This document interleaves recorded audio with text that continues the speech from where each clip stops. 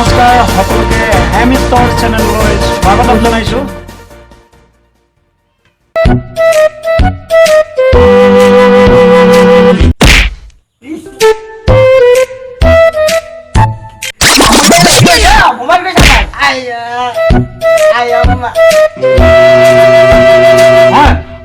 দৰ্শক মণ্ডলী আপোনালোকে দেখিছে আমি এটা দুৰ্দৰ্শম হত্যা কৰিছোঁ।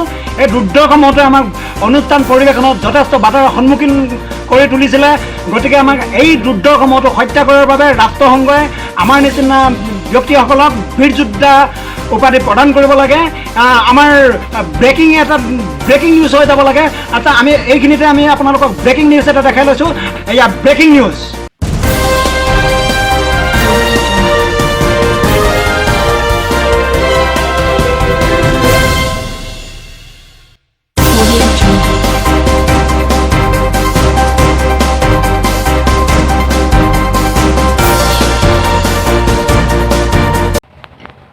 হয়, আমি পুনৰ আহিছোঁ টক শ্ব'ৰ মাজলৈ।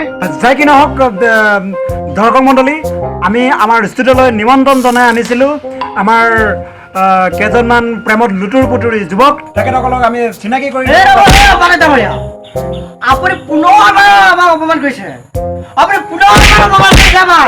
কি অপমান কৰিলে? মোৰ নিচিনা এজন বয়সস্থ মানুহক তই আপুনি এই হুচ টিপিলে গাখীৰ খুলোৱা পেণ্ডুকণাবিলাকক পৰিচয় কৰিবলৈ ওলাইছে। আপোনাৰ আপোনাৰ এইটো কি বৈষম্য? এই নাথাকো মই এই নহয়। আপুনি ডাঙৰ হ'ব কেনেকৈ কথা কৈ নাথাকিব। আপুনি বয়সত ডাঙৰ হ'ব পাৰে, কিন্তু ওপৰ পাকে ভৱিষ্যতে মই ডাঙৰ। আৰু আপুনি যে কৈছে আমাৰ উচ টেপিলে গাখীৰ ওলাব, আপুনি চাব নেকি আমাৰ উচ টেপিলে কি ওলাব? আমাৰ উচ টেপিলে গাখীৰ নোলায়, চাদা ওলাব। চাদা। যাই কি নহওক দৰ্শক মণ্ডলী, আমি আজি আমাৰ প্ৰেমৰ এক বিশ্লেষণ শীৰ্ষক অনুষ্ঠানটি আৰম্ভ কৰিব ওলাইছোঁ।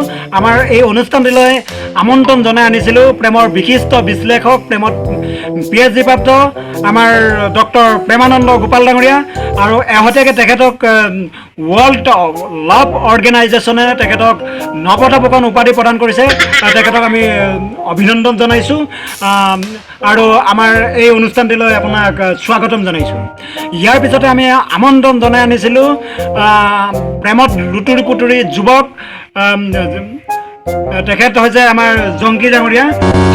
আপোনাকো আমাৰ এই প্ৰেমৰ এক বিশেষ অনুষ্ঠান, প্ৰেমৰ এক বিশ্লেষণ শীৰ্ষক অনুষ্ঠানটিলৈ স্বাগতম জনাইছোঁ। আৰু আপোনালোকক জনাবলৈ পাই অতি সুখী হৈছোঁ যে পোনপ্ৰথমবাৰৰ বাবে প্ৰেমত লুতুৰি পুতুৰি হৈ প্ৰেম কৰি তেখেতে বিশ্ববিখ্যাত হোৱা আমাৰ দেৱদাস ডাঙৰীয়া আমাৰ মাজত উপস্থিত হৈছে।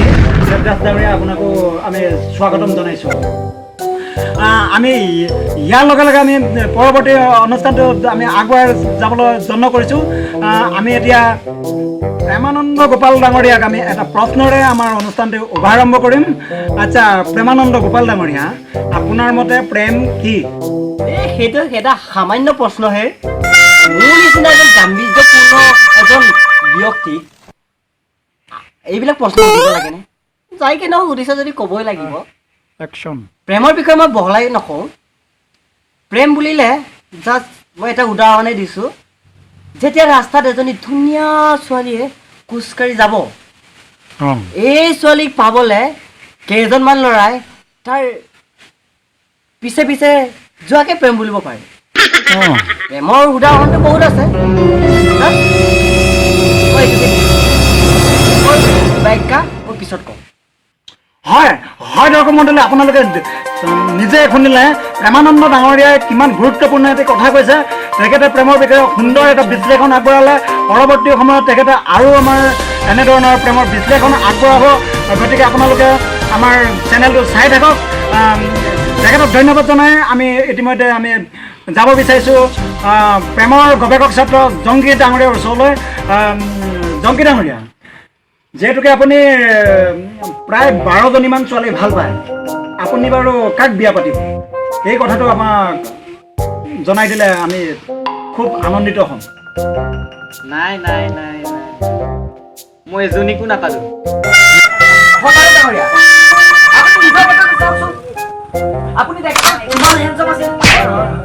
আপুনি আপুনি যাতে ৰাস্তাত আপোনাৰ গাৰ পাৰফিউমে ৰজনজনাই গৈছে একদম ব্ৰেকিং নিউজ হ'ব লাগে এইটো কিন্তু এতিয়া আপোনাৰ এই কাকলতি গুন্ধাই আপুনি কাৰোবাৰ আপুনি আপোনাক যি শুনিছো তাক উত্তৰ দিয়ক আপোনাৰ কাকলতি গুন্ধ ওলাইছে আপোনাৰ কাকলতি গুন্ধাইছে ৰাম ৰাম যাই কিনে দৰ্শক মণ্ডলী আমি জংকী ডাঙৰীয়া আমি আচল কথাটো ক'বলৈ আমি আচল কথাটো তেখেতৰ মুখৰ পৰা জানো মই ক'ব বিচাৰিছো যে বিয়া নপতাৰ আগত এজন পুৰুষে নিজৰ মতে চলিব পাৰে কিন্তু বিয়া পতাৰ পিছত তেওঁ ঘৈণীয়েকৰ মতে চলিব লগা হয় মই স্বাধীন দেশৰ নাগৰিক সেইবাবে মই নমৰা মুহূৰ্তলৈকে মই স্বাধীনভাৱে থাকিম হয় হয় দৰ্শক মণ্ডলী আপোনালোকে নিজে শুনিবলৈ পালে জংকী ডাঙৰীয়া এজন গৱেষক ছাত্ৰ হয় তেখেতে প্ৰেমৰ এজন গৱেষক ছাত্ৰ হয় সেইকাৰণে তেখেতে বৰ ধুনীয়াকৈ তাৰমানে সুন্দৰ ৰূপত উপস্থাপন কৰিব পাৰিছে তেখেতৰ বক্তব্যবিলাক নিশ্চয়কৈ আপোনালোকে এই কথাটো তেখেতৰ কথাটো শুনি আপোনালোকে নিশ্চয়কৈ উপকৃত হ'ব আচ্ছা আমি তেখেতৰ পৰা আৰু এটা কথা জানিবলগীয়া আছে গতিকে আমি তেখেতৰ কাষলৈ আহিছোঁ আচ্ছা জংকী ডাঙৰীয়া আপোনাৰ এটা বহুত মানে ভাইৰেল এটা কথা আছে আপোনাৰ ওচৰত যিহেতুকে চবতে তাৰমানে গোটেই ছ'চিয়েল মিডিয়াত ভাইৰেল এটা কথা আছে আপোনাৰ যিহেতুকে আপুনি দেওবাৰ দিনটোত বিয়া পাতিবলৈ মন যায় বুলি আপোনাৰ এটা কথা আমি শুনিবলৈ পাইছোঁ আপুনি এই দেওবাৰ দিনটো এই বিশেষ দেওবাৰ দিনটোত আপুনি কিয় বিয়া পাতিবলৈ মন যায় গতিকে এই কথাটো অকণমান ৰাইজক জানিবলৈ দিলে ভাল হ'ব দেওবাৰ দিনটো মই বিয়াখন পাতিবলৈ মন যায় এই তাকেইতো কিয় আনবিলাক দিনবোৰত মানে কলেজত ধুনীয়া ধুনীয়া ছোৱালী দেখিবলৈ পায় হয় হয় হয় কিন্তু দেওবাৰ দিন ধুনীয়া ছোৱালীক দেখা নাপাওঁ হয় হয় আৰু বৰ এগাল এগাল নিজে নিজে মানে কাপোৰ ধুবলগীয়া হয় সেইবাবে তাইলৈ মনতে নপৰে সেইবাবে মই দেওবাৰ দিনটো বিয়াখন পাতিবলৈ মন যায় আৰু হয় হয় দৰ্শক মণ্ডলী এটা বহুত তেখেতে গুৰুত্বপূৰ্ণ এটা কথা ক'লে তেখেতে বহুত গুৰুত্বপূৰ্ণ এটা কথা ক'লে যিহেতুকে তেখেতে মই পূৰ্বে কৈছোঁ তেখেতে এজন প্ৰেমৰ গৱেষক ছাত্ৰ হয় গতিকে তেখেতে বহুত গুৰুত্বপূৰ্ণ কথা ক'লে তেখেতৰ কথাবিলাক আপোনালোকে হৃদয়ংগম কৰিবলৈ যত্ন কৰক আপোনালোক উপকৃত হ'ব পাৰে আমি আৰু তেখেতৰ পৰা এটা কথা জানিবলগীয়া আছে আচ্ছা হেৰি জংকী ৰ'ব মানৱ ডাঙৰীয়া আপুনি কি বৰ্তম মই অথনিৰ পৰা কিবা ক'ম বুলি মুখটো মেলি কৰি আছোঁ আপুনি মোক পাত্তাই দিয়া নাই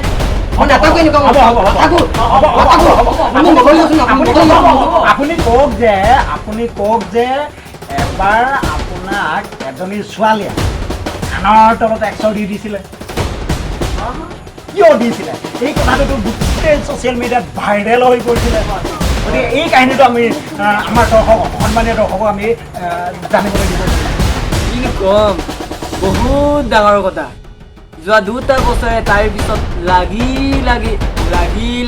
শেষত যেনিবা তাই মোৰ ভাল পোৱা প্ৰস্তাৱ গ্ৰহণ কৰিলে ময়ো মনৰ সুবিধামতে তাইক বিয়া পাতিম বুলি কৈ পেলালোঁ তাইক মাতি হ'ল তাৰপিছত মই আৰু এটা তাইক প্ৰস্তাৱ দিলোঁ কি মই বোলো ক'লোঁ চাইনিজ বস্তুৰ আজিকালি কোনো গেৰাণ্টি নাই আপোনালোকে জানেই সেয়েহে বিয়া কৰোৱাৰ আগতে সন্তান হ'বনে নাই টেষ্ট এটা কৰি চাম বুলি তাৰপিছত শুনিব দেই তাৰপিছত কি হ'ল তাই মোক চাইনিজ বস্তুৰ মাল পাই টেষ্ট কৰিবলৈ আহিছোঁ বুলি মোক 100 দি দিলে ইয়াতো আজিলৈ পুৰা মনত পৰিব হ'ব ভাইটি হ'ব ভাইটি হ'ব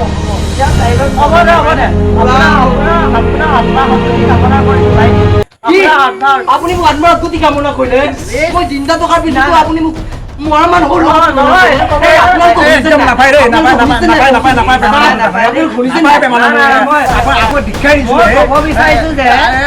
আপুনি আপোনালোকে চাওক এনেকুৱা জ্ঞান লৈ পেলাই বাৰু আহিব লাগে নে এটা জিন্দা থকা মানুহক আপুনি দেখিছে আপোনাৰ চকুৰে আছে আপুনি জিন্দা মানুহ এজনক আপুনি আমাৰ অগ্ৰতি কামনা কৰিব নালাগে নাই এইটো মই ক'ব যোৱা না মই কৈছোঁ যে এনেকৈ এজন বিফল প্ৰেমিকক আমাৰ প্ৰেমলজিৰ মতে মৃতদেহৰ লগতে তুলনা কৰা হয় নহ'ব নহয় আপুনি তুলনা কৰিলে নহ'ব নহয় প্ৰেম কুমাৰ ডাঙৰীয়া আপোনাক ভিক্ষা দিছোঁ আপোনাক গৰিহণা দিছোঁ আপুনি একদম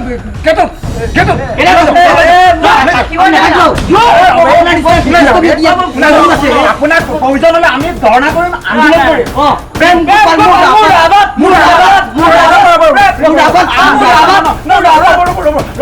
এইটো আমাৰ যিহেতুকে আমাৰ এইটো এটা টক শ্ব' হয়, আমি আন্দোলন কৰিব নোৱাৰোঁ এইখনত। আমি যাই কি নহওক দৰ্শক মণ্ডলী, হয় দৰ্শক মণ্ডলী, এয়া আপোনালোকে দেখিলে এনেকুৱা এইয়া এজন নমুনা আছিলে, এনেকুৱা এজন জ্ঞানহীন বিবেকহীন এজন ব্যক্তিয়ে আমাৰ টক শ্ব'বিলাকত অংশগ্ৰহণ কৰিবলৈ আহে। এই এনেকুৱা আন্দোলনকাৰী এনেকুৱা টক শ্ব' কৰিবলৈ অহা মানুহবিলাকৰ ওপৰত আমি ব্ৰেকিং নিউজ বনাম, আমি হেডলাইনত লিখিম, প্ৰয়োজন হ'লে গোটেই আমাৰ অল আছাম টক শ্ব' সন্থাই তেখেতক আমি টক শ্ব'ত অহাটো বৰ্জন কৰিম। আমি তেনেকুৱা ব্যক্তিবিলাকৰ ওপৰত আমি এতিয়াও গৰিহণা দিছোঁ। যাই কি নহওক সন্মানীয় দৰ্শক মণ্ডলী, আজিলৈ আমি অনুষ্ঠান ইমানতে সমাপ্ত কৰিছোঁ। পৰৱৰ্তী সময়ত আমাৰ ভিডিঅ'বিলাক পাবৰ কাৰণে ছাবস্ক্ৰাইব কৰিব। ভিডিঅ'টো কেনেকুৱা পালে আপোনালোকে কমেণ্ট বক্সত জনাই দিব। আৰু আমি প্ৰতি সপ্তাহত এনেকুৱা এটা টক শ্ব' লৈ অনাৰ আপোনালোকৰ ওচৰত প্ৰতিশ্ৰুতি প্ৰদান কৰিছোঁ। গতিকে আমাৰ চেনেলটো চাই থাকিব। ধন্যবাদ।